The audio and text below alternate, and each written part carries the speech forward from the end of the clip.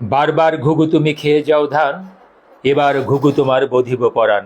প্রিয় দর্শক, আজ আপনাদের সামনে তুলে ধরতে যাচ্ছি এক দুর্নীতিবাজ প্রকল্প বাস্তবায়ন কর্মকর্তা আবুল কালাম আজাদের করুণ পরিণতির গল্প।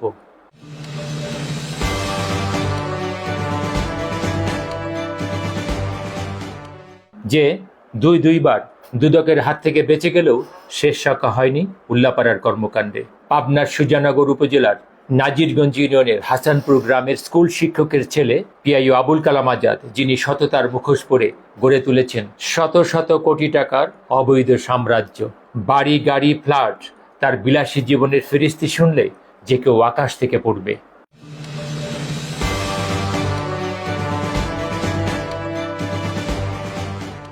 ঢাকার উত্তরা, গুলশান, ধানমন্ডি, পাবনা শহর, তার গ্রাম হাসানপুরে প্রতিটি জায়গায় রয়েছে জমি, বহুতল ভবন, এমনকি আধুনিক ডুপ্লেক্স ফ্ল্যাট।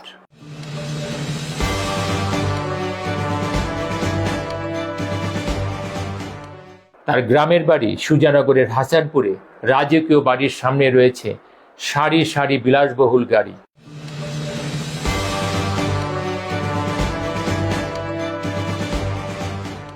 দর্শক, তার হাতে যেন রয়েছে আলাদিনের চেরাগ।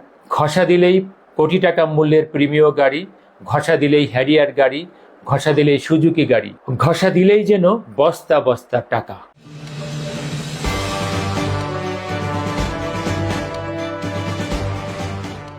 অথচ একজন দুর্নীতিবাজ কর্মকর্তা কখনো ভাবে না তার এই অঢেল সম্পত্তি একদিন তার প্রিয়তমা স্ত্রী, তার আদরের সন্তান, সবার জন্য মরণ ফাঁদ হয়ে দাঁড়াবে।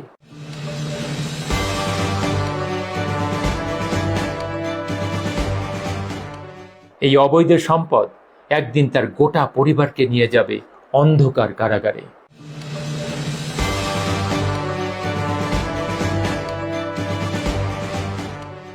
জনমনে প্রশ্ন ওঠে, এই সম্পদের পাহাড় কিভাবে গড়ে তুললেন একজন উপজেলা প্রকল্প বাস্তবায়ন কর্মকর্তা? 3 বছর ধরে তার বিরুদ্ধে অনুসন্ধান চালিয়ে গোপন সোর্সের মাধ্যমে একে একে বেরিয়ে আসতে থাকে তার সম্পদের ফিরিস্তি, যেখানে নিয়োজিত ছিলেন পাবনা দুদক কার্যালয়ের চৌকস কর্মকর্তা সাধনচন্দ্র সূত্রধর। অবশেষে দুদকের হাত থেকে আর পালাতে পারলেন না। উল্লাপাড়া দুর্নীতি প্রতিরোধ কমিটির সহযোগিতায় ধরা পড়ে গেলেন আজাদ। তার স্ত্রী, ছেলেমেয়ে সহ গোটা পরিবারের নামে দুদক আইনে হলো একাধিক মামলা।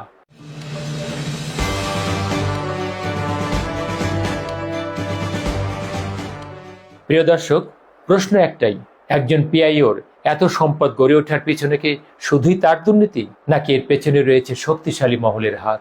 সচেতন মহল বলছে এ ধরনের দুর্নীতিবাদদের পেছনে থাকে বড় কোনো গডফাদার। যদি যথাসময়ে ব্যবস্থা নেওয়া যেত, তাহলে আবুল কালাম আজাদের মতো দুর্নীতিবাদরা এভাবে আঙুল ফুলে বটগাছ হয়ে উঠতে পারতেন না। এই ঘটনা দুর্নীতিবাদদের জন্য একটি অশনি সংকেত। দর্শক, মনে রাখবেন, অন্যায় করে কেউ পার পায় না। আবুল কালাম আজাদের এই পরিণতি সকল দুর্নীতিবাদদের জন্য স্পষ্ট একটি বার্তা।